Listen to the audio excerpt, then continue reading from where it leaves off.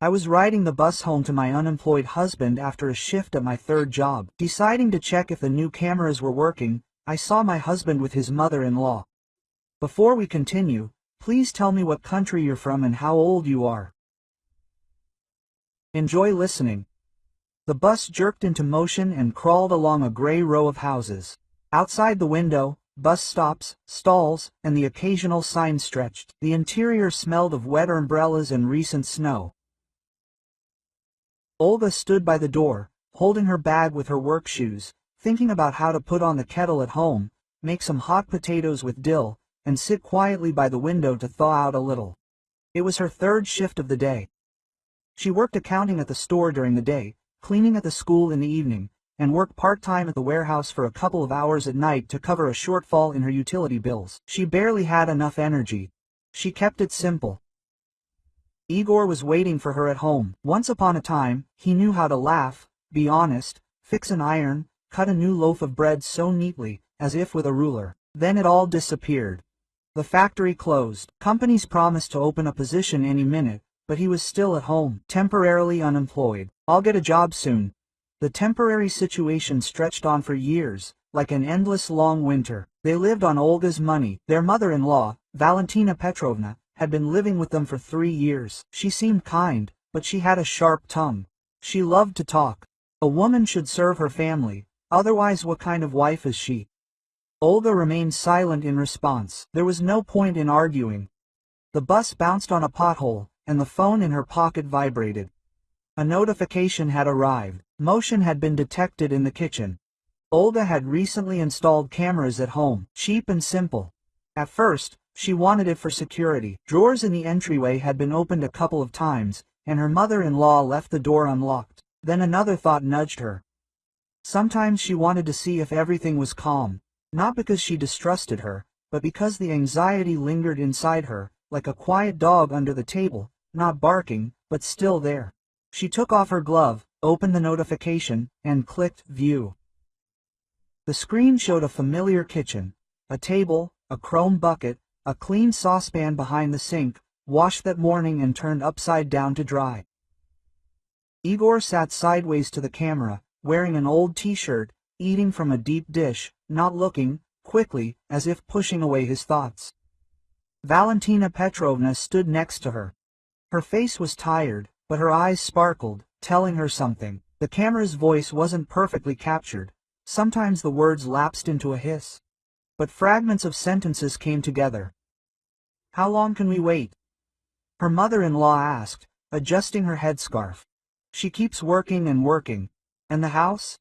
And your husband, and you sit there and endure it? He's not a man." Quote. "Mom," Igor waved his spoon. "I'm already on edge. I know without you. You know, what's the point? Where are the documents?" She raised an eyebrow. "I saw her stuffing them in the top drawer. My eyesight is fine, no need." Olga leaned closer to the screen. My heart sank. Igor stood up, opened the top drawer of the dresser, and started rifling through the folder. The camera couldn't see exactly what papers he took out, but the cover was blue, embossed, the same one where her documents were. He winced. "Heavy," Tico said. "Oh, forget them." "Oh, forget them." Quote. Valentina Petrovna threw up her hands. "Why are you acting like a kid? Sit down and think. You can do everything with a power of attorney. Look at Marinka, the neighbor, she did it, and nothing happened, and you and I are like two. God bless my friend, she knows people. She'll tell you everything as it should be. The main thing is not to drag it out." Olga turned off the broadcast. The bus rocked. She thought, "Let's wait." Calmly. Draw conclusions, then act. Blind anger is dangerous, like ice on a step. You can fall and hurt yourself even more. Inhale, exhale. She turned on the camera again, this time in the living room. It was empty. The third camera showed the hallway. Someone's jacket was lying around. "Igor, it seems, everything is as usual and everything is different." She put the phone away, hugged her bag and suddenly clearly understood. "I can't go home right now. I need to think first." Getting off at her stop, instead of the usual path to the house, she turned to the next street. There, on the first floor of a brick building, There was a free legal consultation. The sign was peeling, but inside sat a calm man in glasses, who spoke politely and unhurriedly. Olga had been to him once when she was sorting out an issue with a part-time job. "Hello," she said without taking off her scarf. "Can I ask a couple of questions?" He invited her to sit down and poured her some water from the cooler. "I'm listening."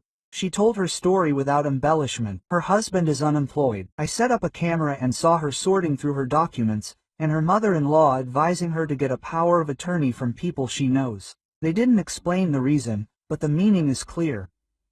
She also said that the apartment she inherited from her parents wasn't acquired during the marriage. Her husband is registered, but he's not the owner. Quote, "What can be done now?" asked Olga, "so that neither he nor anyone else could do anything?" "I want to do it legally without any scandals." The lawyer, who introduced himself as Pavel Arkadievich, nodded as he listened. "First, ban registration actions without your personal presence," he said. "It's quick. MFC, application.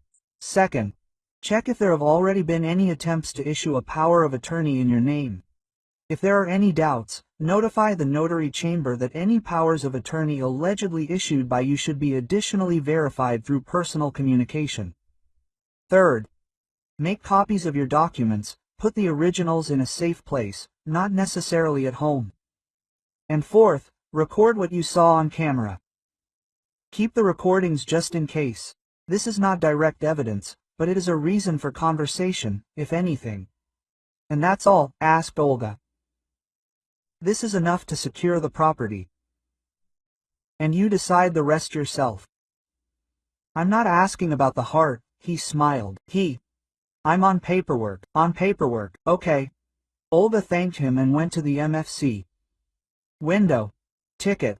Short line. The employee took her application calmly, without unnecessary questions. "The ban is effective immediately," she said. Olga, she nodded. The word immediately warmed her. So, there was support. The next day, she stopped by Maria Sergeevna, an old friend of her mother's who lived a block away. Her place always smelled of apple jam and clean sheets. Maria Sergeevna opened the door, was surprised that Olga had come with a bag, listened, and shook her head. "I was setting you up on your wedding day. Keep your documents separate." "Good thing you thought of that, girl." "It's okay. I have a safe. I have the key. Let's put them here. Let them lie. It's such a safe that you can hit it with a sledgehammer. I'll put it next to the bed, no one will notice." Olga took a folder with documents out of her bag, passport, title deed, father's will. Just in case. Old certificates.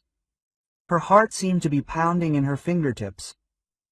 She put the folder in the safe, closed it, listened to the key turn, and inhaled.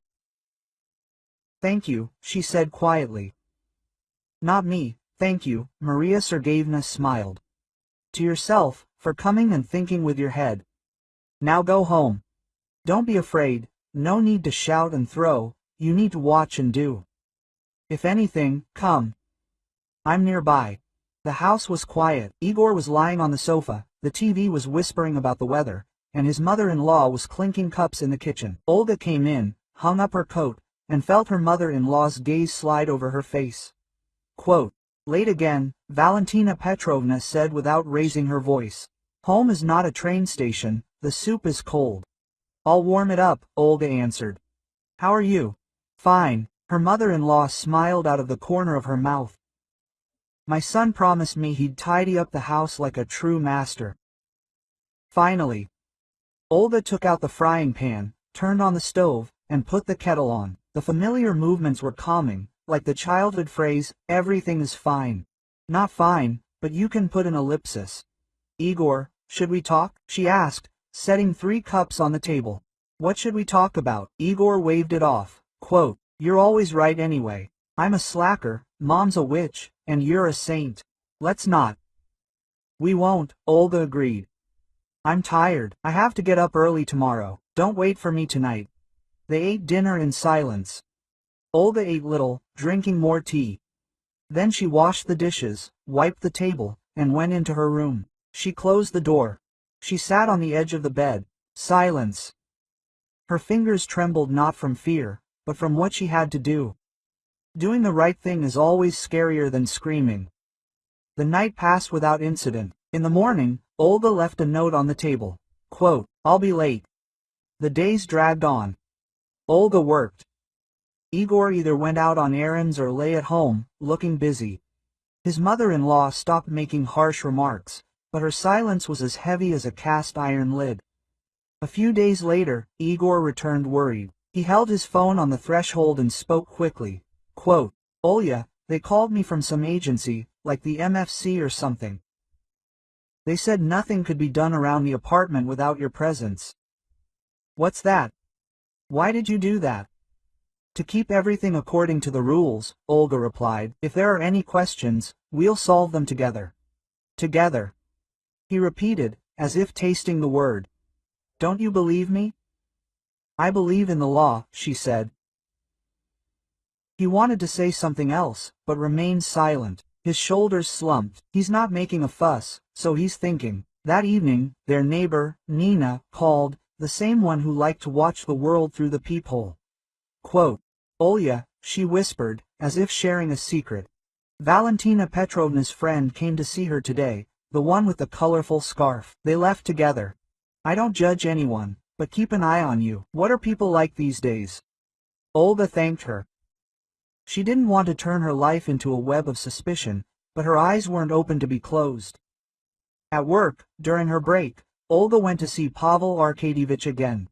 He checked the database. Quote, "There have been no attempts to register a power of attorney in your name," he said.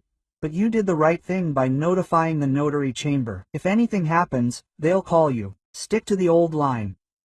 Calmly, documentarily. "Thank you," Olga said. Quote, "It makes me feel better when I understand order. Order is your ally," he nodded. And then, to the heart, "After all, you are a living person." The heart. The heart was tired every day, but it didn't give up. Olga felt something was about to be decided. A week later, it was almost here. That evening, returning from work, Olga received another notification. Movement detected. Kitchen. She turned on the broadcast. Igor was sitting at the table, Valentina Petrovna opposite him, and next to him was that same colorful friend, stern, with thin lips and quick eyes. On the table lay a paper, a pen, and an open seal. Quote, "We won't sign without a passport," her friend said, nervously tapping the table. "A power of attorney is a serious thing. We need a document in your presence. And we're not children. I can, of course, negotiate, but you're not little. Today is an example. Tomorrow there will be problems." "She has the passport," Igor said irritably. "And she has all the documents." And he nodded toward the door. "She put everything away as if in a safe and immediately ran away. I don't know where she keeps it. And you'll never find out," Valentina Petrovna added, clutching her sweater to herself. "Stubborn, she wants what the law says. It's okay, we'll find a way. She's soft." "Soft doesn't mean blind," said her friend, took a deep breath, and stood up. "Okay, guys, I tried to help, but you can hardly get anywhere without being there in person these days. They've gotten so smart, they're introducing all sorts of restrictions." Yeah, call around. Maybe someone's more flexible, but it's a risk. Think about whether you really need this." She left, slamming the door. Igor dropped his head into his hands. His mother-in-law pressed her lips together, but remained silent. Olga turned off the broadcast. She walked home slowly, stopped at the window of a bakery, glanced at the soft loaves, and remembered how her father always brought home half a Borodinsky and said, "Bread is order." And suddenly she felt relieved. Yes, it was offensive. Yes, it was bitter. But she held the most important thing in her hands, the ability to act without shouting. At home, she asked Igor to talk in the kitchen. He sat warily, like a man summoned to the principal's office. Quote, "I saw everything," Olga said, keeping her voice low, "and heard without detail. Your conversations, your attempts. I'm not shouting. I'll say it just once. My apartment, you're registered there. That's a fact. That doesn't give you the right to dispose of my property. I've banned any actions without my presence. The documents are in a safe place. If I see any more attempts, I'll contact the police. I hope you heard me. Igor wanted to object, but he cringed and remained silent. Valentina Petrovna snorted, quote, "We're family. Why are you acting like a stranger?" "Because I'm not a servant," Olga replied calmly. "And not a purse. I'm a wife, but first I'm a person, and a person has boundaries. We can live together if we agree, otherwise no." She took out a sheet of paper and put it on the table. "I've drawn up a simple plan, distribution of expenses. Who buys what, who does what around the house. If Igor gets a job, point one, we'll reconsider. If not, then he takes over the household. Plus everyone's personal money. I save mine as I see fit. I don't rob anyone, I don't interfere with anyone, no secrets. If you agree, we live. If not, everyone goes their own way." Silence hung thick as syrup. The mother-in-law twitched. Quote, "Who are you?" "The one who pays for the light," Olga said quietly, "and for the bread. The one who doesn't sleep at night so that we have something to breathe. I'm not reproaching.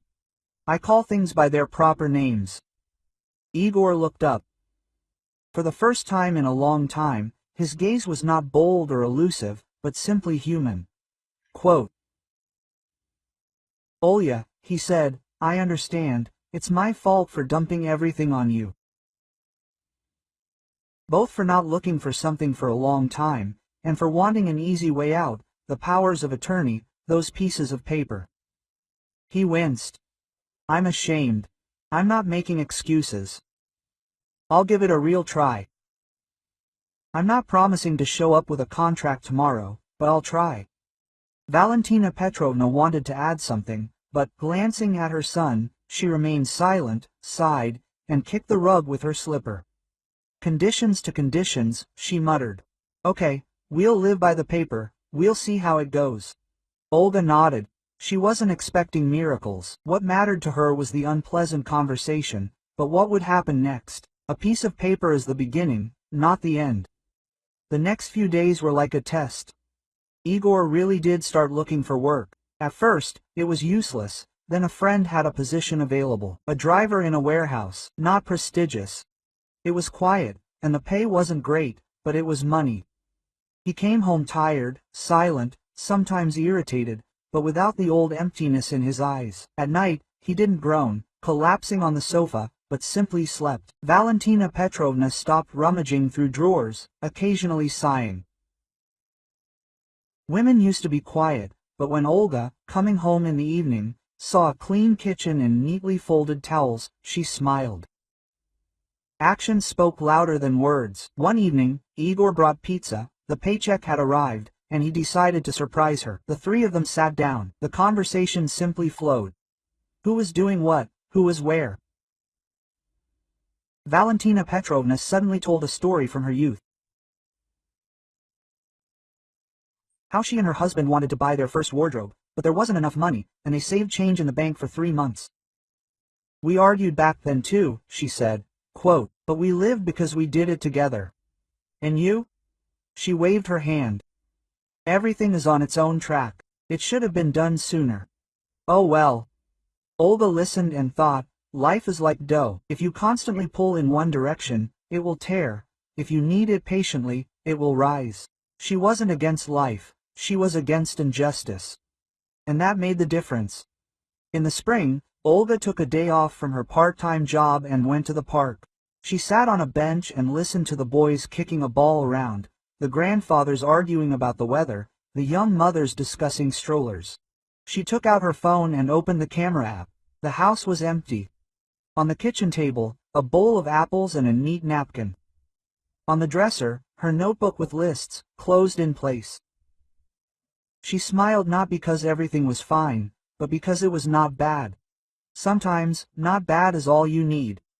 Summer began unceremoniously. Igor settled into his job. Olga gave up her night job and kept 2. There was enough money. Quiet evenings began in their house. Tea, old movies, talk of going to the lake and then to a neighboring town for an exhibition in the fall. Nothing grand, but something they did together. As autumn approached, Olga decided to do something she'd been thinking about for a long time. She opened a small accounting corner and helped neighbors with their tax returns, pensioners with their receipts, and entrepreneurs with their reports. This wasn't a business, it was a labor of love. She set up a separate box of folders in the kitchen, cut out a paper table from cardboard, and tidied up her head and notebooks. She enjoyed drawing simple lines in people's complex papers, like sorting through a ball of yarn to see the straight thread. One day, an older woman with a timid look came to her. They said, "You explain everything calmly. Help me, don't talk nonsense. But there's an error on my receipt." Olga sat her down at the table, laid out the papers, found the error, called the management company, and corrected it. The woman sighed, quote, "Thank you. I thought I was the one being stupid, but you explained, and everything became clearer." "You're not the one being stupid," Olga smiled. "They write in such a way that people get confused." At such moments, she felt like she was doing something right, simple, but necessary. Like a hot potato with dill on a cold evening. Igor hadn't changed. Sometimes he'd lose his temper, sometimes he'd retreat into silence again, but he'd come back faster. And once, when they had an argument over buying a laptop for her work, he sat down next to her and said, "Let's do it this way. I'll take on extra shifts, you buy one, and then I'll finish the job. It's important to me that you have one. You're important to us." He fell silent, searching for the right word. "You're the center, and the center has to work." Olga almost laughed at the word center, but she held back. Not because she was afraid of offending her, but because she understood that for him, it was a quiet, yet honest, confession. Valentina Petrovna didn't become a soft bun, but she did stop pricking herself with needles every morning. And one day, when Olga was late for work, she washed the hallway floor herself, without much fanfare. That evening, she said, "I don't have to, of course, but it was dirty." "Thank you," Olga replied. "You probably know how to do what needs to be done." "It does," her mother-in-law quietly agreed. Time passed. Not a month or a year, just time. The house took on a different tone. The word power of attorney faded from conversation, like a bad dream. The cameras remained not as a form of control, but as a kind of nightlight for security. One autumn evening, Olga went to visit Maria Sergeyevna to return the documents in the safe. They sat, drank tea, and reminisced about their parents. Maria Sergeyevna said, "You know, Olya, I like you because you didn't snap at me. You could leave loudly, slamming the door, but you quietly put the bolt back. And you stayed and achieved it. That's more difficult." Olga nodded. She didn't consider herself a heroine. She simply opened the camera one day on the bus and saw what she didn't want to see. And instead of screaming, she went and put back what could be put back. Not everything in life is put back in its place, but something does. Returning home, she put the kettle on, cut apples on a saucer, and sat down by the window. A light. Rain was falling outside the glass. Igor entered quietly, took a mug, and looked at his wife. Quote, "Tired?" Olga asked. "Fine," he answered. "We'll go to the lake this weekend, make some soup. Mom says I should pick some mushrooms." "Let's go," Olga nodded. "I'll grab a thermos and slice some bread." They sat in silence, listening to the kettle boil. In that silence, there was something sorely lacking before: respect. Not ostentatious, but ordinary human respect for others and for oneself. The phone on the table blinked. A notification from the bank arrived. Funds received. Igor grinned. "And here the center has received its fee for the quarterly reports. Congratulations." "Thank you," Olga smiled and looked up. Two cups were reflected in the window. A lamp, the window of the neighboring house, and their small but real togetherness, not ostentatious, with its omissions, fatigue, and occasional irritation, but with an agreement, with respect, and with boundaries beyond which no one can cross. Sometimes happiness isn't fireworks or new walls. Sometimes happiness is simply the opportunity to say, "This is mine, this is ours, and please don't touch this, and to be heard. Olga finished her tea, stood up, smiled, and thought, well, now I can live. She had long since stopped believing in miracles, but she believed in order and quiet courage, and they had not failed her. Not failed her. Not failed her.